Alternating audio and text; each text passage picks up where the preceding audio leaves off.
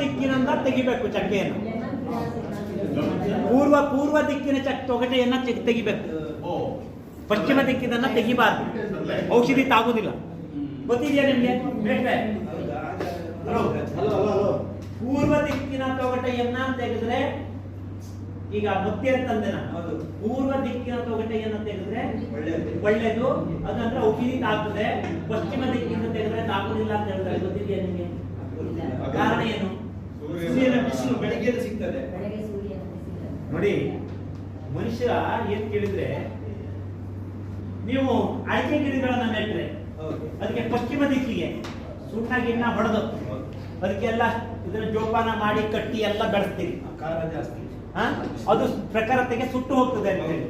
ಅದೇ ಕಾಡಿನ ಗಿಡಕ್ಕೆ ನೀವು ಹಿಂದೆ ಮುಂದೆ ನೋಡಿದ್ರೆ ತೊಗಟೆ ಸಿಗಿತೀರಿ.